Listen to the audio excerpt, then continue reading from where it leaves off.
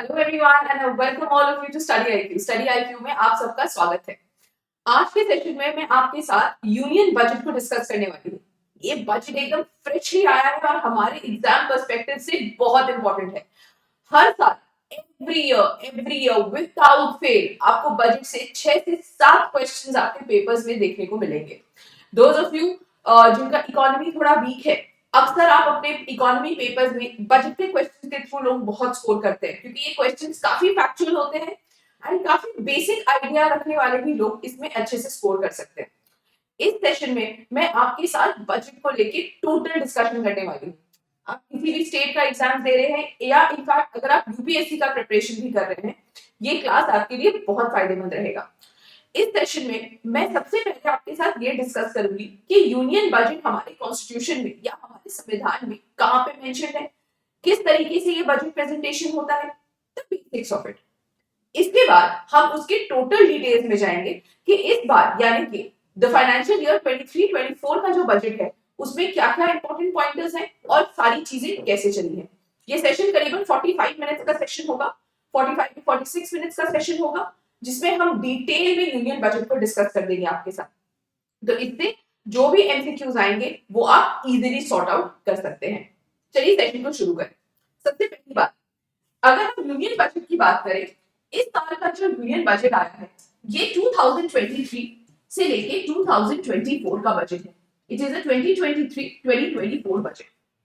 अब ये ऐसा कैसे हो गया कि 23-24 का बजट एक साथ दे रहे हैं? देखो, बजट एक ऐसी चीज होती है जो यूनियन गवर्नमेंट के सामने एक साथ, यानी कि वो नेक्स्ट ईयर क्या काम करने वाला है, कौन सी योजना में जाने वाला है, कौन से सेक्टर में वो इन्वॉल्व होने वाला है, उन सबका डिटेल्स हमें बताती है। गवर्नमेंट का फाइनेंशियल ईयर नॉर्मली जनवरी से दिसंबर नहीं होता। तो गवर्नमेंट फाइनेंशियल ईयर अगर आप देखोगे वो शुरू होता है 1 अप्रैल से, मतलब इस साल का 1 अप्रैल से लेकर ये 31 मार्च नेक्स्ट ईयर, ये 31 मार्च नेक्स्ट ईयर तक चलने वाला है। क्योंकि ये हमारा 23-24 का बजट है, तो 1 अप्रैल 2023 से ये शुरू होगा, 31 मार्च 2024 में जाकर ये खत्म हो जाएगा। ये तो हमारा पहला पॉइंट है। याद रखना, इंडिया में union budget for the very first time present की गई थी 1947 में। पहली बार the budget was presented in 1947। जल्दी से कमेंट बॉक्स में मुझे ये बताइए कि उस टाइम पे यानी कि इंडिया के फर्स्ट इंडिपेंडेंट फाइनेंस मिनिस्टर कौन थे। ये आपको कमेंट बॉक्स में मुझे बताना है और इसका जवाब हम आपको नेक्स्ट वीडियो में देंगे। इसके साथ साथ ये जो वर्ड है ना यूनियन बजट, ये हमारे कॉन्स्टिट्यूशन में, हमारे संविधान में कहीं भी मेंशन नहीं है। So the term union budget is not mentioned anywhere in the constitution. तो ये बनता कैसे है? ये बनता है article 112 of the constitution. Article 112 of the Constitution talks about annual financial statement. ये annual financial statement is that word जो हमारे कॉन्स्टिट्यूशन में या संविधान में मेंशन करा हुआ है। याद रखिएगा, यूनियन बजट को हमारे पार्लियामेंट के सामने प्रेजेंट करने वाली इस बार निर्मला सीतारमण जी है, हमारी फाइनेंस मिनिस्टर। और इस बार के बजट में बहुत सारे चेंजेस किए गए हैं। आजादी का अमृत महोत्सव हम मना रहे हैं, 100 इयर्स ऑफ इंडियन इंडिपेंडेंस 2047 में। और अभी ये जो लास्ट के 25 साल है उसको मोदी जी ने कहा है कि हमारा अमृत काल है। तो नेक्स्ट 25 इयर्स में इंडिया को टॉप इकोनॉमी बनाने के लिए सारी इंपॉर्टेंट मूवमेंट्स आप देखोगे यूनियन बजट में जो है वो की गई है। ठीक है, so article 112 of the constitution deals with the union budget annual financial statement in India 1st April 2023 से 31st मार्च 2024 तक ये चलने वाला है। बजट में बेसिकली दो चीजें, बहुत सारी चीजें मेंशन है, लेकिन अगर आप उनको समराइज करोगे तो सिर्फ दो चीजें सबसे इंपॉर्टेंट रखती है। द फर्स्ट थिंग जिसका ये अकाउंट रखता है is number 1 government expenditure. Government next year कहां पे खर्चा करने वाली है। एंड उसके बाद it talks about the revenue of the government. भाई ये खर्चा करेगी तो कहीं से तो कमाएगी, तो ये रेवेन्यू कहां से आता है। बजट प्रेजेंटेशन जो हमारे इंडिया में होता है वो 6 स्टेजेस से होता है। प्लीज याद रखना, ये पॉइंट बहुत इंपॉर्टेंट है गाइस, एग्जाम्स में आने ही आने हैं, तो याद से सुनते रहिएगा। कहीं ना कहीं से घुमा फिरा के इन टॉपिक्स के ऊपर क्वेश्चन आपको पूछ दिया जाता है। इंडिया में बजट पास कराना या बजट फाइनल कराना 6 स्टेज प्रोसेस है। It is 6 stage process. इनमें से जो पहला स्टेप है वो कल हुआ है, यानी कि we have had number 1 the presentation of the budget. कल प्रेजेंटेशन हो गया है बजट का। स्टेप 2 जो आता है, step 2 will be general discussion. भाई सारे जो हमारे सांसद के मेंबर्स है वो बैठ के इस बजट के ऊपर एक जनरल डिस्कशन करेंगे, ठीक है, दैट इज स्टेप 2। तो स्टेप 1 जो है वो प्रेजेंटेशन है, स्टेप 2 जो है वो जनरल डिस्कशन है।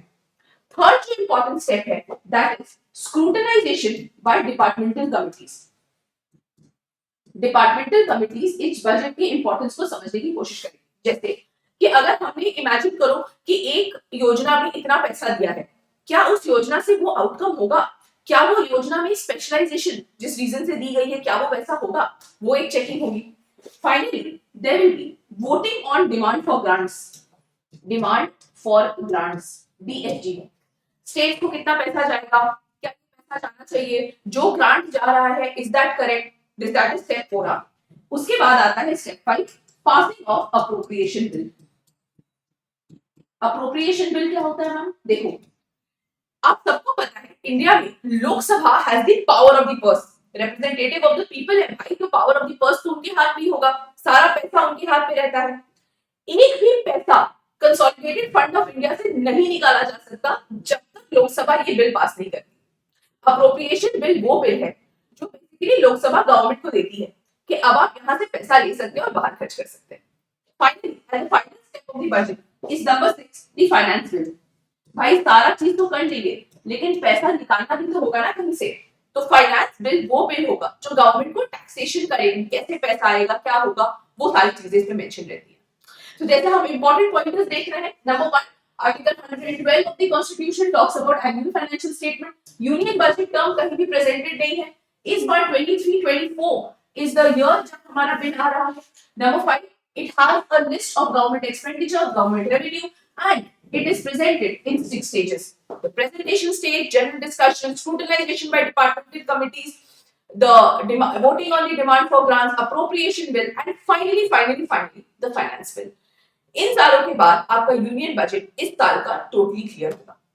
अब आते हैं इंपॉर्टेंट पॉइंटर्स पे कि इस साल क्या हुआ है। चलिए पहली बात, इस बार का जो हमारा बजट है वो 4 मेजर पॉइंट्स के ऊपर टोटली सेंटर्ड है। वो ये बोलता है कि नंबर 1 जो हमें नंबर 1 करना है what we call women empowerment.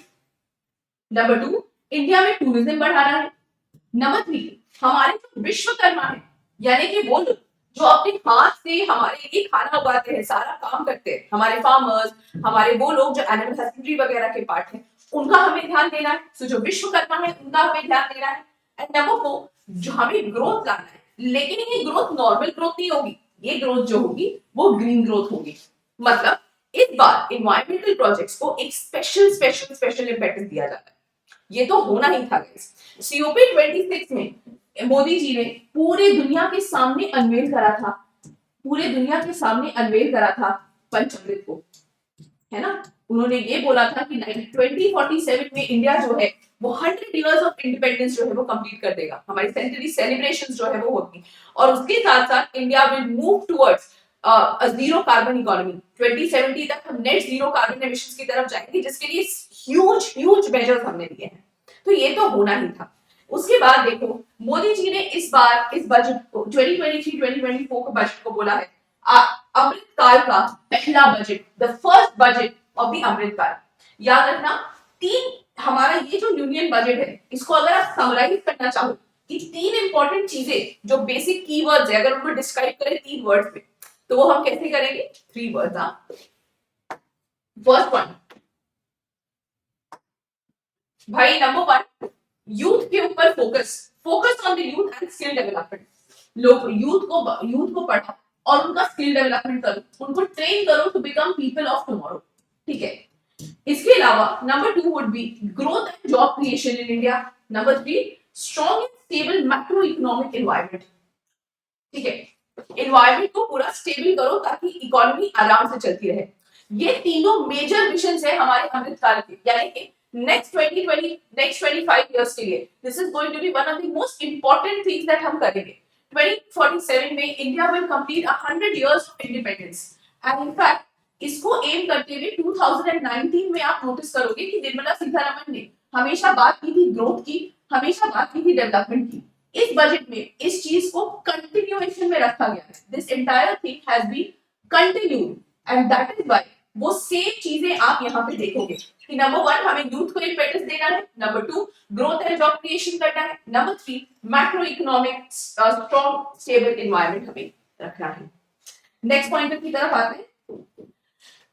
देखिए निर्मला सीतारमण जी ने यहाँ पे ये बोला है कि देखो इंडिया में अमृत काल को अटेन करने के लिए हमें गाइड करेंगे सप्तऋषि, है ना, हमारे हमारे सप्तऋषि हमें गाइड करेंगे और वो गाइडिंग फैक्टर्स को उन्होंने ये नाम दिए हैं। बहुत इंटरेस्टिंग है क्योंकि पहली बार ये देखा गया है कि guiding principles of the budget पहली बार सामने रखी गई है। यूजुअली क्या होता है ना, लोग एक स्कीम का नाम देते हैं और चीजें कर देते हैं, लेकिन इसको अच्छे से ब्रॉडली क्लासिफाई करना कि कौन से 7 प्रायोरिटीज पे हम ध्यान देंगे, वो बहुत अच्छे से इस बार मेटिकुलसली इस बार किया गया है। अगर आप जानते हो Nirmala Sitharaman ji is also one of those ladies जिन्होंने इंडिया में सबसे लॉन्गेस्ट बजट स्पीच दिया है। She has given the longest budget speech. इसके अलावा मनमोहन सिंह जी भी थे अपने टाइम में। जैसा आप जानते हो मनमोहन सिंह जी ने सबसे ज्यादा वर्ड्स बोले हैं, लेकिन ड्यूरेशन की बात करूं तो the ovational speaker that Nirmala Sitharaman ji is, she has become the longest talking finance minister during the budget. अब देखो ये 7 प्रायोरिटीज क्या है, see the beauty of it. Number 1 वो बात करते हैं, नंबर 1 इंक्लूसिव डेवलपमेंट की। हम इंक्लूसिव डेवलपमेंट करेंगे, हम लास्ट माइल कनेक्टिविटी करेंगे। ट्राइबल्स जो हमेशा लीव आउट हो जाते हैं, जिनको हमेशा हम लोग साइड कर देते हैं, उनके पास उनकी वो चीजें नहीं पहुंचती जो उनको मिलनी चाहिए, उनको हम बनाएंगे। We will make Eklavya schools for them. हम उनके लिए पर्टिकुलरली वल्नरेबल ट्राइबल ग्रुप्स के लिए भी हम स्कीम्स बनाएंगे। आगे मैं इसके बारे में डिस्कस करूंगी। इसके बाद यूथ पावर को हम हार्नेस करेंगे, फाइनेंशियल सेक्टर में रिफॉर्म्स करेंगे, ग्रीन ग्रोथ की तरफ हम आएंगे, इंडिया का पोटेंशियल अनलीश करेंगे, इंफ्रास्ट्रक्चर एंड इन्वेस्टमेंट करेंगे। These will become the 7 most important priorities in the सप्तऋषि। आप में से जो लोग ऐसे पेपर है आपके एग्जाम्स में, जैसे आप मेंस देते हो और ऐसे पेपर आप लिखते हो, इनफैक्ट अगर आपका ऐसे पेपर नहीं भी है और अगर आपका लैंग्वेज पेपर है, जैसे इंग्लिश पेपर हो गया, आपका हिंदी पेपर हो गया या आपका कोई रीजनल लैंग्वेज हो गया, उनमें अक्सर ये क्वेश्चंस आते हैं कि इंडिया की ग्रोथ के बारे में बात कर लो, व्हाट अबाउट ग्रीन ग्रोथ, ये फेवरेट क्वेश्चंस में आते हैं। अगर आप यहाँ पे मेंशन कर दो यूनियन बजट का, आपके आंसर्स में ना 4 लग जाएंगे। ठीक है, नेक्स्ट पॉइंट की तरफ आते हैं।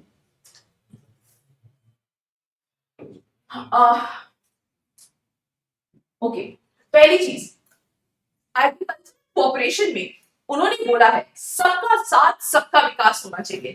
ठीक है, इसके लिए नंबर 1 डिजिटल पब्लिक इंफ्रास्ट्रक्चर हम सेटअप करेंगे। ठीक है, हम सेटअप करेंगे द डिजिटल पब्लिक इंफ्रास्ट्रक्चर, यानी कि इंक्लूसिव एंड इंफॉर्मेटिव सोल्यूशन हम देंगे फार्मर्स को।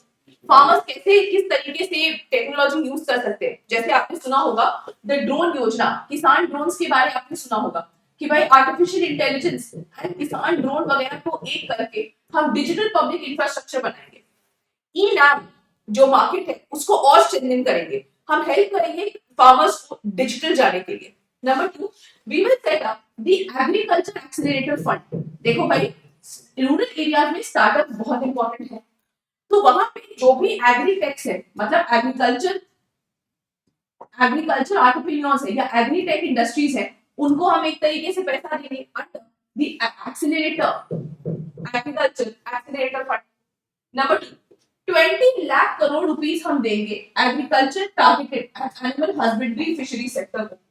Number 3 the A&B horticulture clean plant program is supposed to be launched. ये क्या है A&B हॉर्टिकल्चर क्लीन प्रोग्राम, ये सब क्या है, मतलब कुछ समझ में नहीं आ रहा, चलो मैं बताती हूँ।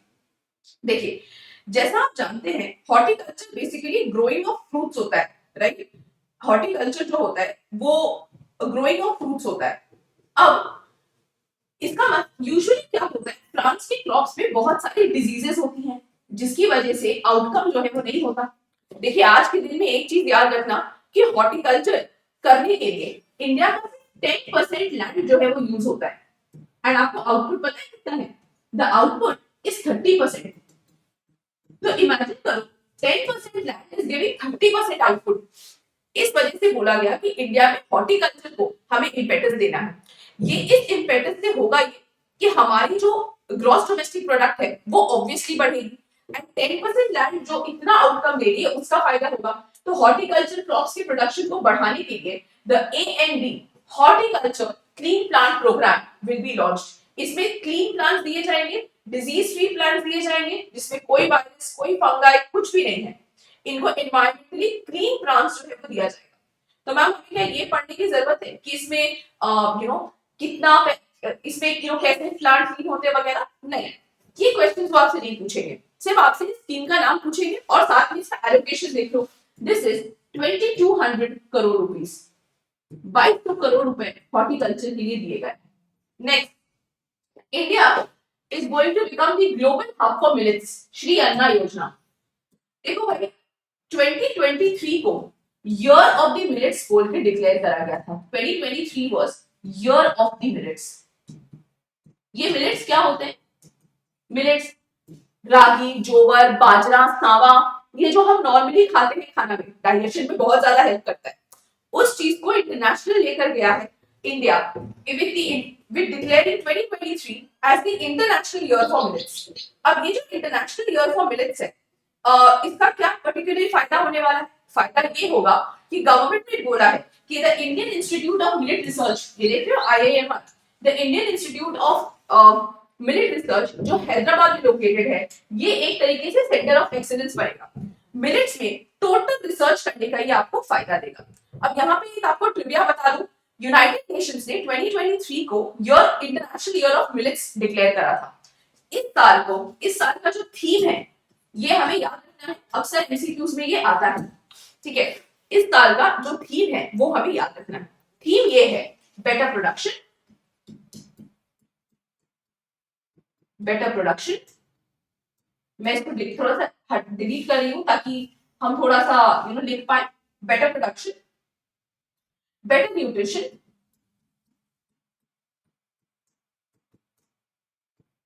a better environment and better life.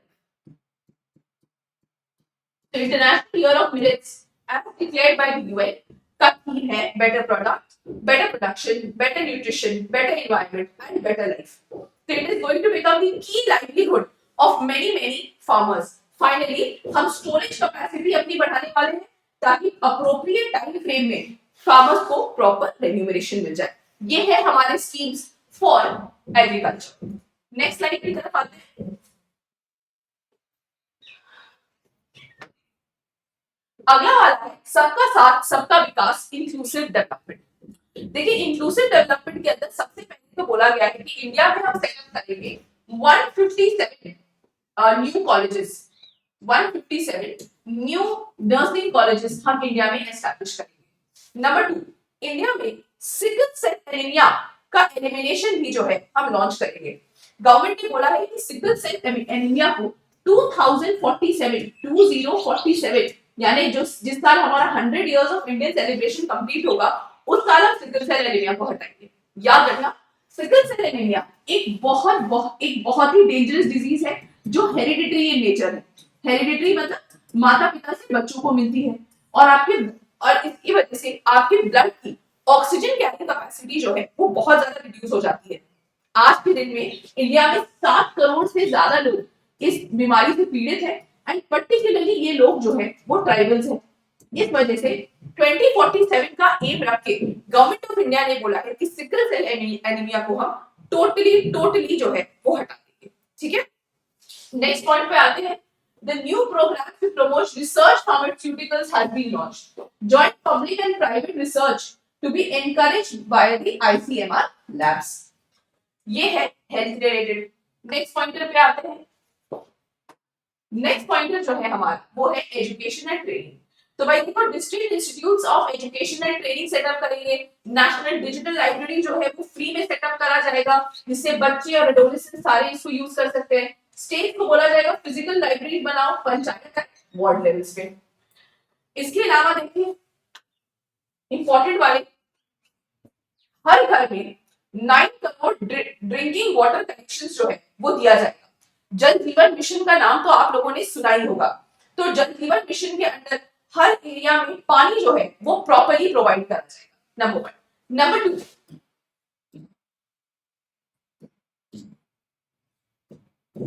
Number two 2.2 lakh crore का ट्रांसफर जो है पीएम किसान स्कीम में होगा। अब ये पीएम किसान स्कीम क्या है? प्रधानमंत्री किसान सम्मान निधि, ठीक है, इसका नाम है प्रधानमंत्री किसान सम्मान निधि, ठीक है। अब ये जो है क्या है, देखो भाई इसमें बोला गया है कि हर साल 6,000 रुपीज 6,000 का एलोकेशन जो है वो इंडिया के फार्मर्स को दिया जाएगा गवर्नमेंट के थ्रू। ये एक तरीके का सपोर्ट मनी होगा जो हर साल उनको दिया जाएगा। तो सम्मान निधि के अंदर 2.2 लाख करोड़ दिए जाएंगे। इसके अलावा पीएमएसबीवाई, ठीक है, प्रधानमंत्री सुरक्षा बीमा योजना, प्रधानमंत्री सुरक्षा बीमा योजना एंड पीएमजेजेवाई के अंदर 44.6 करोड़ पेंशन जो है वो दिए जाएंगे। यहाँ पे हम टॉयलेट्स बनाएंगे अंडर स्वच्छ Bharat mission 11.7 crore, 9.6 crore LPG connection जो है वो दिए जाएंगे। याद रखना उज्ज्वला योजना जो है वो ये योजना है जिससे कि हर पुअर हाउसहोल्ड में, अगर आप लोअर इनकम ग्रुप हाउसहोल्ड में है, आप पुअर हाउसहोल्ड में है, आप अंत्योदय ग्रुप में है, आपको ये एलपीजी कनेक्शन जो है वो फ्री ऑफ कॉस्ट दिए जा रहे हैं। अभी उज्ज्वला योजना पर 2.0 जो है वो चल रहा है, 2.0 इज गोइंग ऑन। इसके अलावा कोविड-19 वैक्सीनेशन हम देंगे टू ओवर 102 करोड़ पर्सन्स। अरे भाई इसी से तो अगर आप देखो तो आज माइग्रेंट वर्कर्स जो है वो वापस काम पे जा सकते हैं। That is the third point. Next point की तरफ आते हैं। अब आता है last mile. Last mile connectivity is the most important one. In fact सबसे ज्यादा अगर हमारे एमसीक्यूज बनते हैं ना तो अगर आप देखो तो इसी से बनते हैं। इसमें बोला गया है कि पहली बार प्रधानमंत्री पीवीजीटी, ठीक है, the particularly vulnerable tribal groups, इनके डेवलपमेंट के लिए एक स्पेशल मिशन जो है वो लॉन्च करेगा। मैं इसको लिख देती हूं ताकि आपको ये याद रहे। The particularly vulnerable tribal groups, ठीक है, इनको सेटअप करने में ध्यान दिया जाएगा। नंबर टू, हर ड्रॉट प्रोन रीजन जो है कर्नाटका का, इसको स्टार देके याद करो कि जो ड्रॉट प्रोन एरिया है कर्नाटका का उसको देखा जाएगा। Number two, 740 Eklavya model school जो है वो ध्यान दिया जाएगा। अच्छा अभी ये एकलव्य मॉडल स्कूल जो है वो क्या है, what is this Eklavya model school? देखो एकलव्य मॉडल स्कूल एक ऐसा प्रोग्राम है जिसमें अबाउट 3.5 लाख, मैंने क्या बोला, 3.5 लाख ट्राइबल स्टूडेंट्स को रेसिडेंशियल बेसिस पे पढ़ाया जाएगा। तो तुमको समझ में आ रहा है ना, 3.5 लाख लोगों को स्कूल्स में लाके रखा जाएगा जिसमें उनको ट्रेन किया जाएगा so that they can be integrated into society. इनमें से बहुत सारे लोग ऐसे होते हैं जो सोसाइटी से दूर रहते हैं, तो to integrate them into society Eklavya model residential schools जो है वो लाए जाएंगे। इसके अलावा ये देखो द भारत श्री मिशन, देखिए भारत श्री मिशन एम कर रहा है कि 1 लाख इंस्क्रिप्शंस को, एंशिएंट इंस्क्रिप्शंस को ये एक तरीके से डिजिटलाइज करें। अब मैम ये जो एंशिएंट इंस्क्रिप्शंस है ना, ये इंस्क्रिप्शंस की स्टडी को हम क्या कहते हैं? हमने थोड़ा हिस्ट्री के टाइम में पढ़ा होगा। The study of inscriptions is called epigraphy. Epigraphy को इंपॉर्टेंस देते हुए Bharat Shri will be setting up, will be actually digitising over 1 lakh inscriptions, ancient inscriptions in India. So it is one of the most important schemes जो आपको देखने को मिल रहा है। Next point की तरफ आते हैं। देखिए बजट हमारा यूजुअली इतना बड़ा होता है ना, करीबन 20-22 स्लाइड जो है उसके समरी में ही बन जाते हैं। तो मैम क्या हमें हर स्लाइड याद करना है? देखिए हाँ करनी तो पड़ेगी, एग्जाम्स अगर देना है तो ये तो आपको करना पड़ेगा। ऐसा है कि बजट हमें ये बताता है कि अगले 1 साल तक गवर्नमेंट कैसे करेगा। तो कल अगर आप एक सिविल सर्वेंट बनोगे, आपको कैसे काम करना है, किस तरीके से करना है, कैसे फंक्शन करना है, वो सारी चीजें आपको समझनी है। तो ये चीज हम यहाँ पे करेंगे। Just give me 1 second.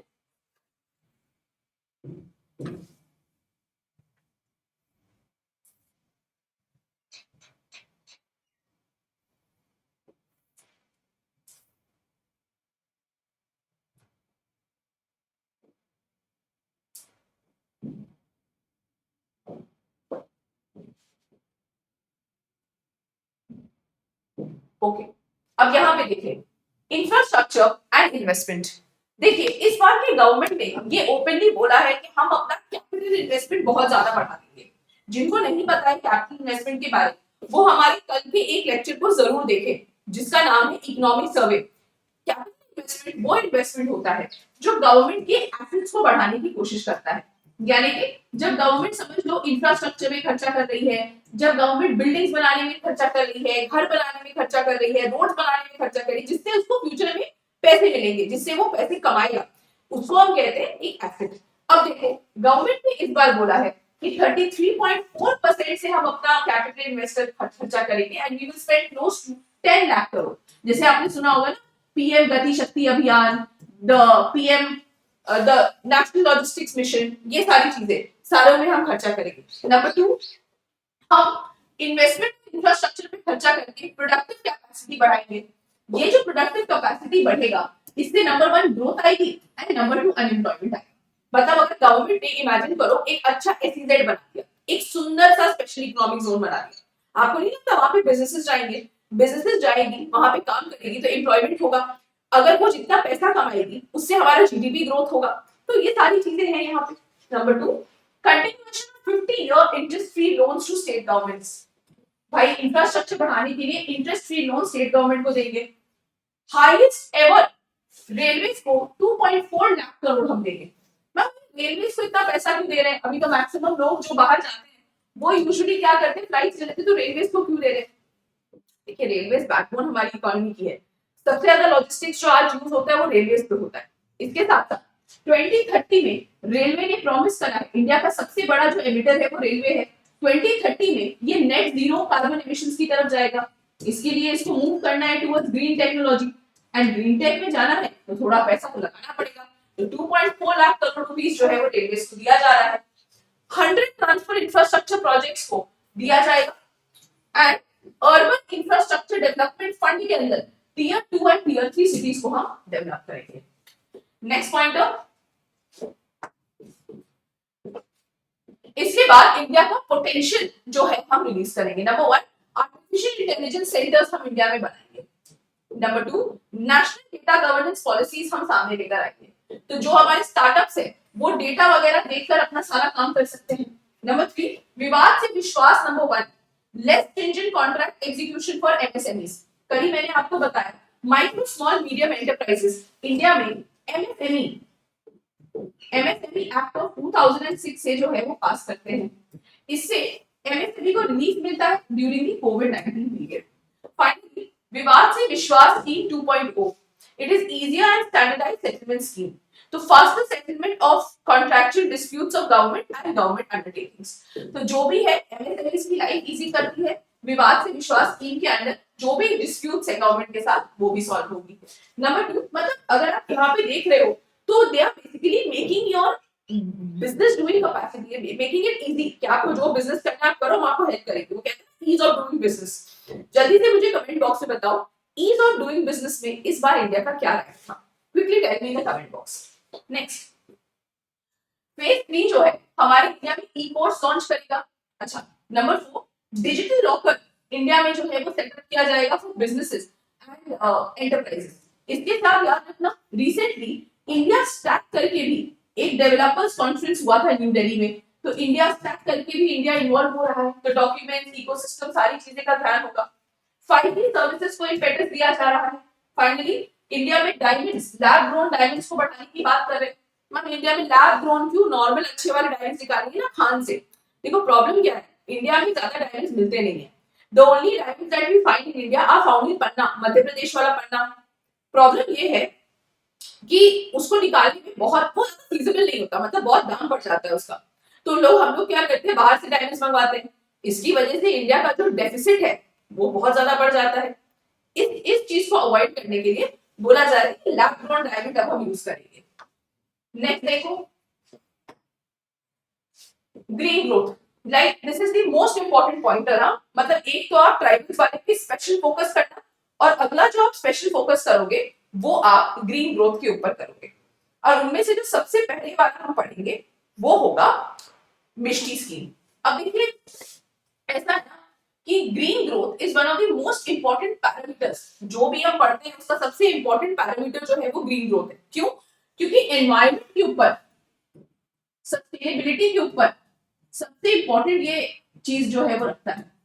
आज के दिन में इंडिया में the top polluting countries of cities of the world जो है वो इंडिया में ही आते हैं, तो इंडिया को तो ऑब्वियसली इसका खराब ख्याल रखना ही है। और उसके साथ साथ we have become the third largest emitter of green house gas in the world. तो भाई इसका भी ध्यान रखते हुए हमें काम करना है। तो ये देखो, सस्टेनेबल एनवायरमेंट डेवलपमेंट मिष्टी जो है वो लॉन्च की गई है। अगर आप मिष्टी का फुल फॉर्म देखोगे, इसका फुल फॉर्म है द मैंग्रोव इनिशिएटिव। देखो मैं इसको यहां लिख रही हूं, the mangrove initiative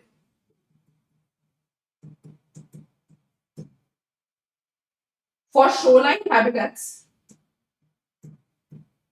for shoreline habitats and tangible incomes। अब ये स्कीम क्या है आप देखें, आप सबको पता है मैंग्रोव्स जो होती है वो एक बहुत इंपॉर्टेंट सोर्स होती है। किस चीज की? मतलब वो बहुत इंपॉर्टेंट होती है क्योंकि इंडिया में यूजुअली शोर लाइन में पाई जाती है। इंडिया के वेस्टर्न कोस्ट में भी मैंग्रोव है, ईस्टर्न कोस्ट में भी मैंग्रोव है। सबसे बड़ा जो हमारा मैंग्रोव है वो आपको वेस्ट बंगाल में देखने को मिलेगा, सुंदरबन में। और ये जो मैंग्रोव्स होती है वो नंबर 1 हमें बहुत इंपॉर्टेंट साइक्लोन कवर देती है, फ्लड्स को अब्सॉर्ब करती है, and in fact it is one of the major carbon sinks. तो बहुत इंपॉर्टेंट इकोलॉजिकल सिग्निफिकेंस है उसका। मिष्टी थीम के अंदर ये मैंग्रोव्स को शोर में बढ़ाने का, उसका ऑप्टिमल यूज करने का, उसको प्रॉपर तरीके से प्रोटेक्ट करने का काम जो है वो मिष्टी स्कीम जो है वो कर रही है। इसको अफॉरेस्टेशन होगा और अलग अलग एरियाज में इसको डाला जाएगा। नंबर 2, अगला स्कीम जो हम करेंगे वो होगा द पीएम प्रणाम स्कीम। ठीक है, program for restoration awareness nourishment of mother earth. अच्छा, अब ये स्कीम क्यों आई है ये बोली जा रही। तो इंडिया में इशू क्या है ना, बहुत सारा हमारा लैंड खराब इसलिए हुआ है because of a poor agricultural practices. Bharat माँ को मतलब धरती माँ को क्या चाहिए वो हमें समझ में ही नहीं आता, तो हम अलग अलग चीजें उनको देते रहते हैं जिस वजह से उनकी क्वालिटी डिटोरिएट हो गए हैं। पीएम प्रणाम स्कीम के अंदर इसी चीज को टोटली अवॉइड किया जा रहा है। This thing is being totally avoided कि ऑल्टरनेटिव फर्टिलाइजर्स यूज करो ताकि लैंड खराब ना। इसके बाद वाली जो स्कीम के बारे में हम डिस्कस करेंगे वो होने वाला है द अमृत धरोहर स्कीम। अमृत धरोहर स्कीम। देखो इंडिया में आज के दिन में हमारे पास है about 75 Ramsar wetlands. We have 75 Ramsar wetlands in India, yes or no? And ये जो वेटलैंड्स है वो पूरे इंडिया में फैली हुई है, मतलब पूरी इंडिया में फैली हुई है। वेटलैंड एक बहुत इंपॉर्टेंट कार्बन सिंक है, बहुत सारे नेचुरल फ्लोरा एंड फौना वहां पे होती है। इनको प्रोटेक्ट करने के लिए हमने स्कीम निकाला अमृत धरोहर स्कीम। तो देखो, मिष्टी स्कीम फॉर मैंग्रोव, अमृत धरोहर फॉर वेटलैंड्स, पीएम प्रणाम फॉर द लैंड। अच्छा, इसके अलावा देखो गोवर्धन स्कीम के अंदर सर्कुलर इकोनॉमी को बढ़ाने के लिए हम 500 वेस्ट टू वेल्थ प्लांट्स को भी जो है निकालने वाले हैं। 10,000 बायो इनपुट रिसोर्स सेंटर्स हम देंगे नेचुरल फार्मिंग अडॉप्ट करने के लिए। बैटरी एनर्जी स्टोरेज सिस्टम्स को इम्पेटस देंगे। फंड देने वाले हैं पोल्यूटिंग व्हीकल्स को रिप्लेस करने के लिए, एटसेट्रा। नेक्स्ट टॉपिक की तरफ आते हैं। अच्छा, अब ये वाला देखो बहुत इंपॉर्टेंट है। सो ये जो है वो है आपका अमृत पीढ़ी यूथ पावर। अमृत पीढ़ी क्या है? प्रधानमंत्री कौशल विकास योजना 4.0 जो है वो लॉन्च होने वाला है, PMKVY। इस योजना के अंदर हमारे यूथ को coding, artificial intelligence, robotics, 3D printing सिखाया जाएगा। 50 डेस्टिनेशंस को सिलेक्ट करा जाएगा फॉर द टूरिज्म सेक्टर ताकि डोमेस्टिक एंड फॉरेन टूरिस्ट वहां पे जाए। स्टेट्स को एनकरेज किया जाएगा कि यूनिटी मॉल्स बनाए, वो 1 district 1 product scheme, geographical indication, handicraft products etcetera के अंडर। अच्छा, अब आते हैं आगे। अब ये देखो, फाइनेंशियल सेक्टर की तरफ हम जब जाते हैं तो नेशनल फाइनेंशियल इंफॉर्मेशन रजिस्ट्री हम लेकर आएंगे। इससे होगा क्या? देखो, इमेजिन अक्सर होता क्या है कि लोग, हमें पता नहीं रहता कि इंसान कैसा फंडिंग कैसा करता है, उसका काम कैसा करता है, हाउ ही रिटर्न्स मनी, जिसकी वजह से एनपीए इश्यूज होती है। एनपीए इशू को और स्ट्रांग बनाने के लिए ये फाइनेंशियल इंफॉर्मेशन रेपोजिटरी दिया जा रहा है ताकि फाइनेंशियल स्टेबिलिटी और बनी रहे। सेंट्रल डेटा प्रोसेसिंग सेंटर बनाने की बात करी जा रही है under the companies act. Credit guarantee scheme दिया जा रहा है एमएसएमईज को कि भाई आप काम तो करो, हम आपको पैसा देंगे। Collateral free guarantee credit of 2 lakh crore इनको दिया जाएगा। अच्छा, औरतों के लिए महिला सम्मान बचत पत्र, वन टाइम सेविंग स्कीम 2 साल के पीरियड के लिए दिया जाएगा। भाई 2 लाख रुपए औरतें दे सकती हैं, इसमें इनको 7.5% पर ईयर इंटरेस्ट भी देगा। बड़ी हाई रेट ऑफ इंटरेस्ट जो है वो दिया जा रहा है। सीनियर सिटीजन का जो पहले डिपॉजिट स्कीम था, जो पहले 15 लाख का था, उसको बढ़ा के 30 लाख कर दिया गया है। अच्छा, इसके अलावा ये जो गिफ्ट आईएफएससी है ना, ये जो गुजरात में आप देखोगे फाइनेंशियल हब बनाने का जो ट्राई है कि वहां इसको फाइनेंशियल हब बनाएंगे, इसको बहुत मेजर इंपेटस मिला है। सिक्योरिटी मार्केट्स में अवार्ड वगैरह देने की बहुत सारी बातें की गई है। नेक्स्ट पॉइंटर्स की तरफ आते हैं। फाइनल है फिस्कल मैनेजमेंट। स्टेट्स को, जैसा मैंने आपको ऑलरेडी बताया है, रोड्स इंफ्रास्ट्रक्चर वगैरह बनाने के लिए कैपिटल एक्सपेंडिचर नेक्स्ट 50 इयर्स के लिए इंटरेस्ट फ्री लोन्स प्रोवाइड करने की बात की जा रही है। स्टेट्स कैपिटल एक्सपेंडिचर को लिंक करेगा to undertaking several reforms. India का जो फिस्कल डेफिसिट है 3.5% का, it allowed states for power sector reforms. Targeted fiscal deficit 4.5% है, मतलब अगले साल तक हम इसको 4.5% से नीचे लेकर जाएंगे। अच्छा, इसके अलावा देखो, इस बार जो क्वेश्चन ये आता है, ध्यान से देखिएगा, सबसे ज्यादा पैसा इस बार आया कहां से है? सबसे ज्यादा पैसा इस बार गवर्नमेंट लेके आया है फ्रॉम लायबिलिटीज, मतलब जो बाहर से हमें लोन्स वगैरह मिलते हैं ना, वो हमारे बजट का सबसे मेजर कंपोनेंट फॉर्म कर रहे हैं। इसके अलावा जीएसटी से 17% आ रहा है, ठीक है, इनकम टैक्स से 15% आ रहा है, नॉन टैक्स रिसीट से 6% आ रहा है, and non debt capital receipt से एंड कस्टम से अबाउट 4% आ रहा है। ये क्या फिगर्स याद करने? बिल्कुल करने हैं, एटलीस्ट मैक्सिमम वाला तो आप याद कर लेना। अगर कुछ भी याद नहीं हो तो याद रखना, पैसा जो हमारा आ रहा है वो मैक्सिमम अभी बोरोइंग से आ रहा है। नेक्स्ट पॉइंट तो देखिए, जा कहां रहा है पैसा? सबसे ज्यादा जो हमारा पैसा जा रहा है, the maximum amount of money जो गवर्नमेंट खर्चा कर रही है, वो कर रही है हमारे इंटरेस्ट पेमेंट्स में। ये देखो, इंटरेस्ट पेमेंट्स सबसे ज्यादा पैसा ले रही है। इसके अलावा सेंट्रल सेक्टर स्कीम्स और सेंट्रली स्पॉन्सर्ड स्कीम्स जो है वो 9% एंड 17% फॉर्म कर रही है। Now, what is the difference between centrally sponsored and central sector? देखो, याद रखना, सेंट्रली स्पॉन्सर्ड स्कीम्स जो होते हैं वो गवर्नमेंट का 100% सेंट्रल गवर्नमेंट फंडिंग लेती है, ठीक है, मतलब सेंट्रल गवर्नमेंट पूरा पैसा देती है। In case of central sector schemes, part payment state government करेगी and part payment central government करेगी, ठीक है। So it's both of it. अगले पॉइंट की तरफ आते हैं। फाइनली ये है एलोकेशन टू स्पेसिफिक मिनिस्ट्रीज। सबसे ज्यादा जो पैसा गया है वो डिफेंस मिनिस्ट्री को गया है। इसके बाद जो सबसे ज्यादा पैसा गया है, हमने अभी देखा कि आपके रेलवे मिनिस्ट्री को गया है। Third, road transport and highways को गया है। थर्ड में आता है रेलवेज 2.4% पे। फिर आप ये बाकी के याद नहीं भी करो तो चलेगा, मगर टॉप 3 को याद करना कि इस साल सबसे ज्यादा एलोकेशन किसको गया है। तो याद रखना, डिफेंस मिनिस्ट्री को गया है at 5.94 crore, 5.94 lakh crore, 2.7 crore highway ministry मतलब infrastructure, 2.41 lakh crore to railways. Ma'am इसके बाद करीबन 8 जो है वो समरी में दिए हुए हैं, साले याद करने बिल्कुल नहीं, टॉप 3 याद कर लो, दैट्स इट, उससे ज्यादा आपसे पूछते नहीं है। So with that guys, I think we come to an end with the session of today. अच्छा नहीं, और ये इंपॉर्टेंट स्कीम्स के बारे में बता दूं तो देखो, कुछ मेजर स्कीम्स है जिसके ऊपर इस बार बात की गई है। नंबर 1, फार्मास्यूटिकल इंडस्ट्री को 1250 है ना 1250 करोड़ रुपीस जो है वो दिया गया है इस बार। नेक्स्ट, जल जीवन मिशन, घर में पानी पहुंचाना 70,000 करोड़ रुपीस जो है दिए गए हैं। एकलव्य मॉडल रेसिडेंशियल स्कूल्स, जैसा आपने देखा करीबन 700 स्कूल्स हम सेटअप करेंगे, इनको करीबन 6000 करोड़ रुपए जो है वो दिए गए हैं। प्रधानमंत्री आवास योजना अबाउट 80,000 करोड़ रुपीस इसको दिए गए हैं। नेक्स्ट आता है in last 2 schemes, the scheme for faster adoption of EVs. तो इंडिया में ईवीज लेकर आना जो है फेम स्कीम के अंडर लाया जा रहा है। 2030 तक बोला गया है कि अराउंड 30% ऑफ आर व्हीकल्स जो है 30% हमारे जो व्हीकल्स है वो ईवी हो जाएंगे। इसके लिए 5,000 करोड़ रुपए।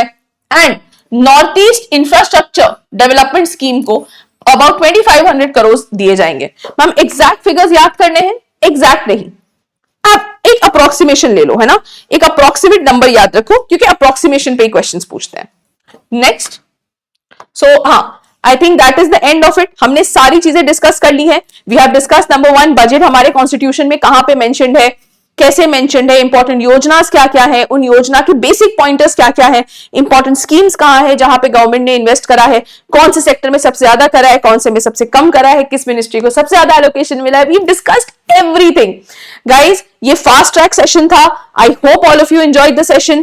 प्लीज मेक श्योर कि आप इस सेशन को लाइक करें, अपने फ्रेंड्स के साथ शेयर करें और इसको 1-2 बार रिपीट में देखें ताकि सारी चीजें आपके दिमाग में घुस जाए। Thank you for being online, everyone. Please take care of yourselves. All the best for your exams. Bye-bye.